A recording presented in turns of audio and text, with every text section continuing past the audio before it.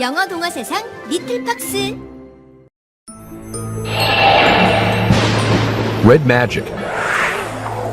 The Battle for Magicka. Chapter 1. An Urgent Message.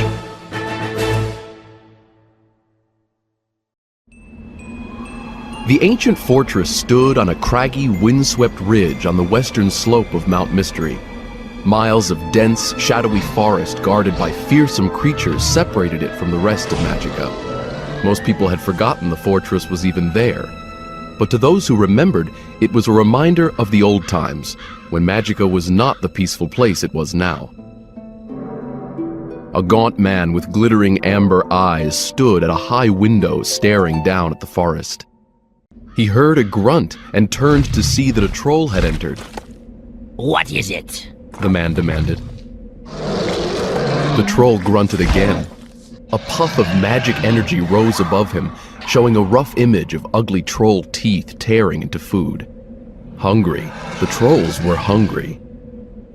You'll have to wait a little longer, The man said. but soon you'll have all the food you want. He stepped over to the contraption in the center of the room. He'd finished building it moments ago. It was a mishmash of many things: dragon bones and scales, leather-bound books, stones gathered from the cave of the unknown, and more. At the very top of the pile was an ancient human skull bleached white by time. The man rubbed his hands together and placed them over the skull's eye sockets. The machine shuddered to life and belched out an image. A map of all of Magicka. Tiny red dots glowed here and there, hundreds of them. The man smiled. The secret eye worked, just as the ancient writings had predicted.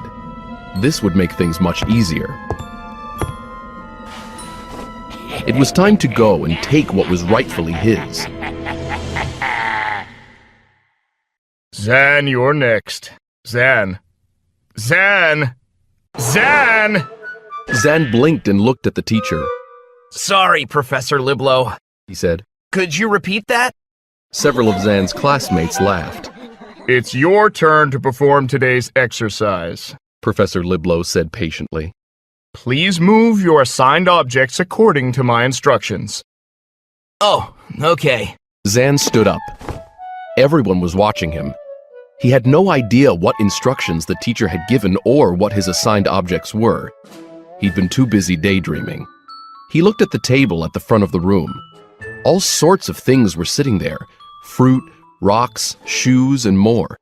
Which items was he supposed to move? Books. A voice hissed behind him, too softly for the teacher to hear. You're supposed to stack them by size. It was Perda, his next-door neighbor and friend. He shot her a grateful look. Then he glanced at the books. Transporting stuff was easy, but it wasn't easy to do it with the control and precision that the teacher wanted, especially for someone like Zan. He was good at bigger magic, like zapping himself to a new place or creating clothing or food out of nothing. This smaller, more detailed type of magic was not easy. It required a quiet mind, and Zan's mind was rarely quiet. He rubbed his thumb against his other fingers. There was a crackling sound as sparks began to jump from his hand. Zan pointed at the largest book, and everything on the table flew into the air and exploded. The other students giggled, and Zan smiled sheepishly.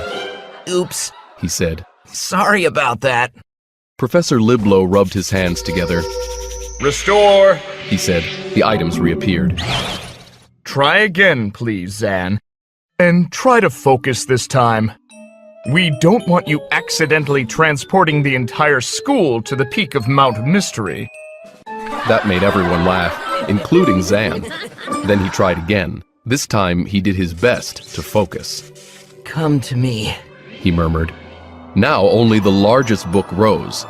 It flew through the air and landed gently on his desk. One by one, he brought the other books to him.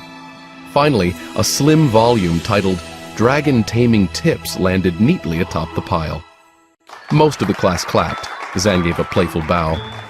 Pretty slow. A boy said loudly. And you had to use a focusing phrase. I thought Reds were supposed to be better at magic than the rest of us. Enough, Jev. The teacher said sternly. If you think you can do better, you may go next. Zan sat down. Thanks for saving me. He whispered to his friend. Perda leaned forward. No problem, but you really should pay attention. She whispered. Even Reds can't just fake their way through every class they don't like. Zan didn't answer. Physical objects was one of his least favorite classes. It was boring, even more boring than food and drink creation. When would he ever need to move things around like that anyway? He wasn't planning on becoming a physical builder or anything of the sort. No way. He was going to be an explorer like his parents. That's why he spent most of his time in school daydreaming about exciting adventures. I'm finished. Jev announced as he lined up one last shoe on his desk. He shot Zan a smug look. Much faster than the red. Zan frowned. Jev always had to make him look bad. Just then, a pretty girl named Gliss pointed to the door.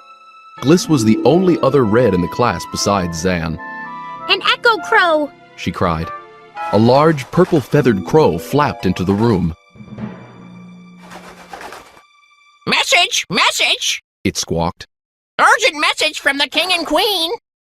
Several kids gasped, and Zan sat up straight in his chair.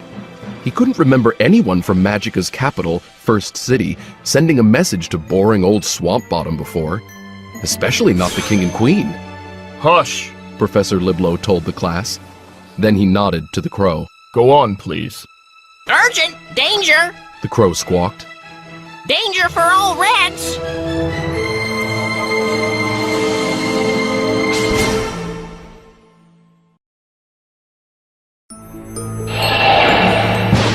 Red Magic. The Battle for Magicka. Chapter 2. Danger for Reds.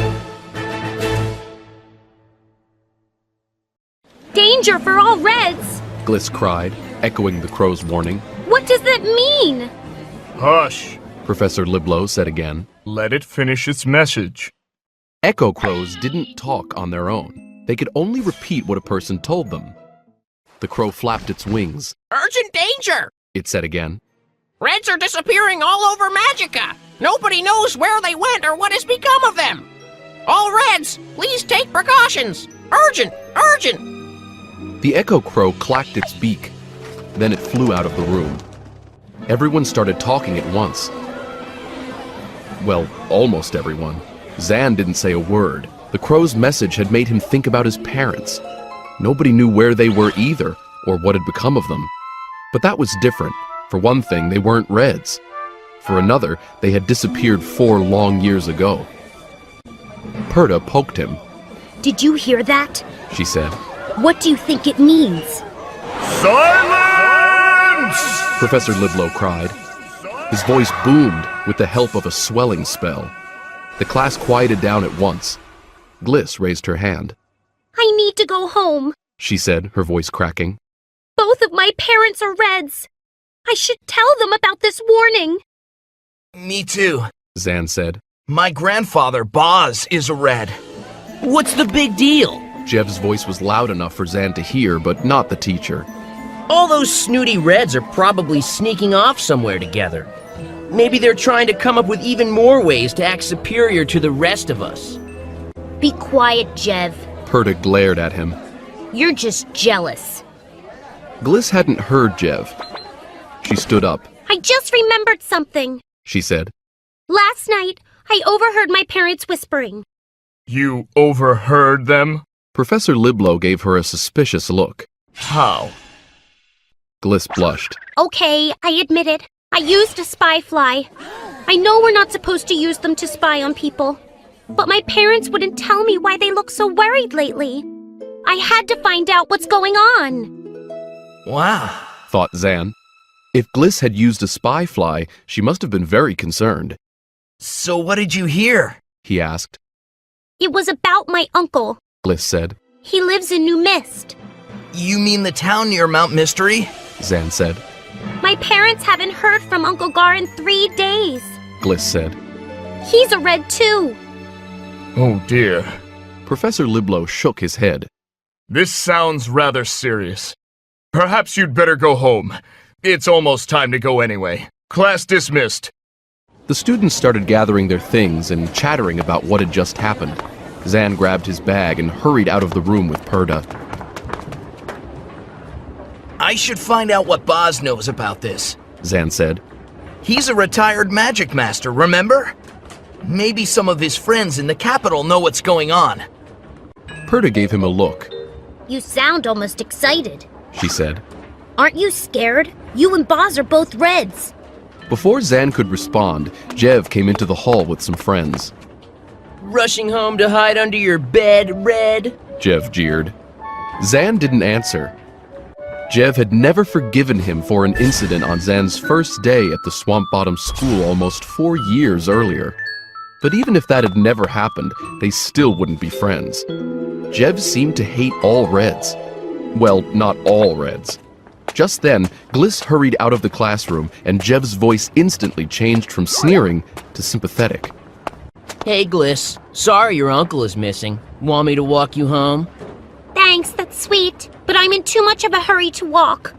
Gliss rubbed her hands together and muttered the word zap. A second later, she disappeared. Jev frowned and then zapped himself away too. Zan was glad to see him go. Come on, He told Perta. I'll walk you home in case you're afraid of disappearing without a trace. I'm not the one who should be afraid. She retorted. The crow said the warning was only for Reds. Okay, Zan said. then you can walk me home. She smiled. It's a deal. Let's go. They headed for home. It was a bright, clear day with a light breeze that blew Perta's soft caramel-colored hair around her face. Was it magic, or did she seem to get prettier every day? Zan tried not to notice that. It made him feel confused and nervous, a lot more nervous than he'd felt on hearing the Echo Crow's message. When they reached Perta's house, she sighed. Looks like Mom's been redecorating again. The house had been square and blue that morning when the kids left for school. Now it was a multicolored blob. Hey, she lives in Swamp Bottom, remember? Zan joked. She has to do something to lessen the boredom. Perta rolled her eyes. See you tomorrow. She said. Bye. Zan headed next door. His grandfather wasn't very interested in redecorating, so their house looked the same as always. In other words, it was just as boring as everything else in Swamp Bottom. For a second, Zan wondered how his mother might redecorate the place. She'd always been good at that sort of thing. She'd love to surprise him by turning his bedroom into a spooky cave or a mysterious jungle. He snapped out of those thoughts when he heard a rustling sound directly overhead. Glancing up, he barely had time to take in a dragon's snarling face hissing down at him. Zan jumped back just in time. A bolt of flame sizzled down, incinerating the ground where he just stood.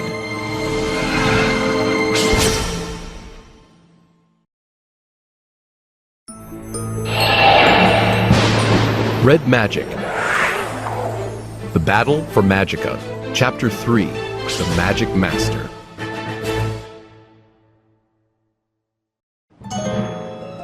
Zing! Zan exclaimed. You oversized swamp rat! I'll get you for that!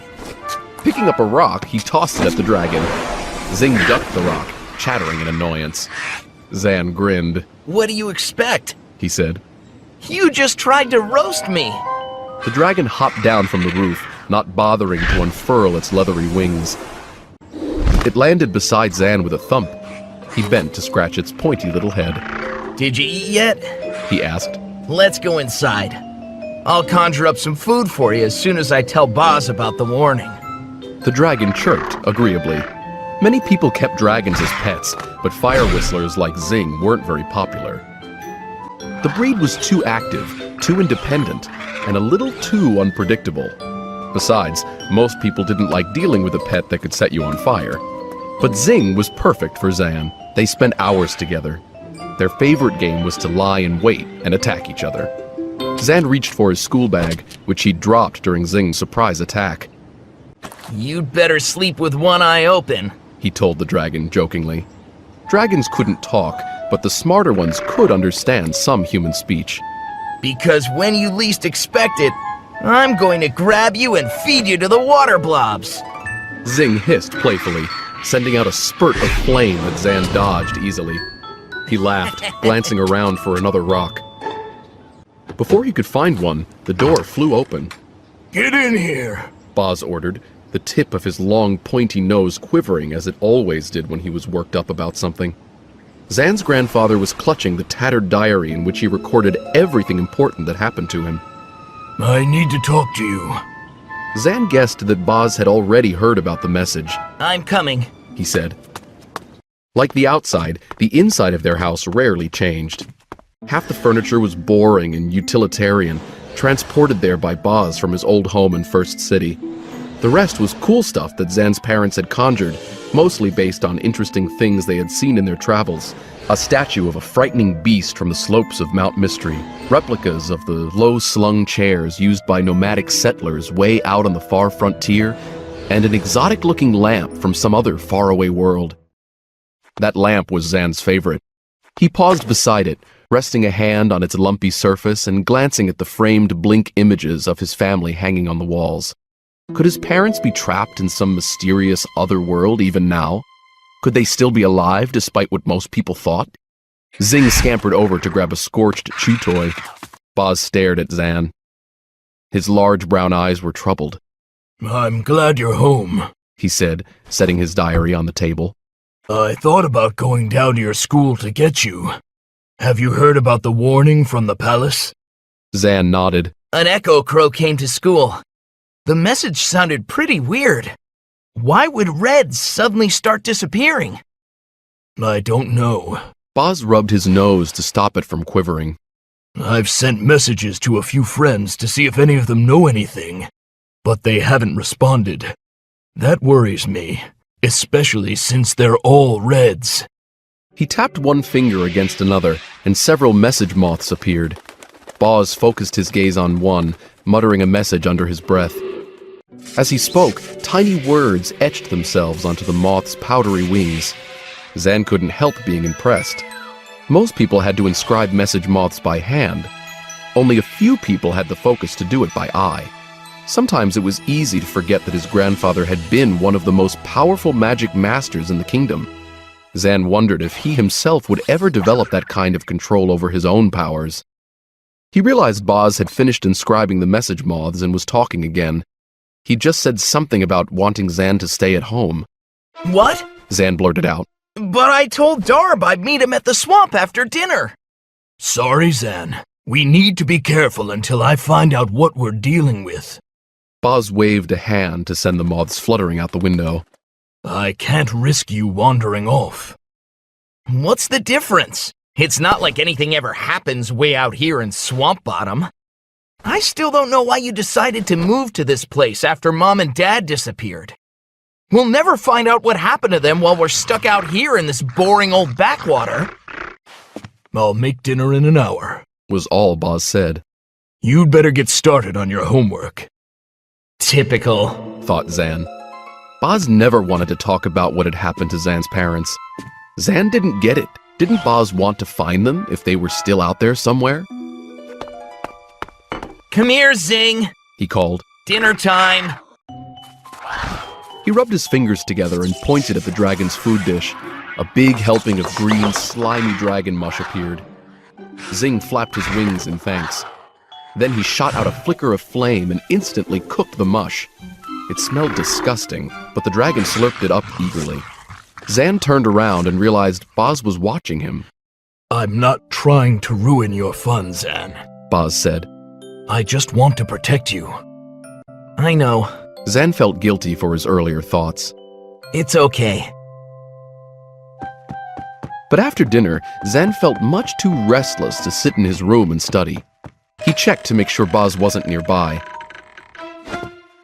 Then he rubbed his hands together and zapped himself out of the house.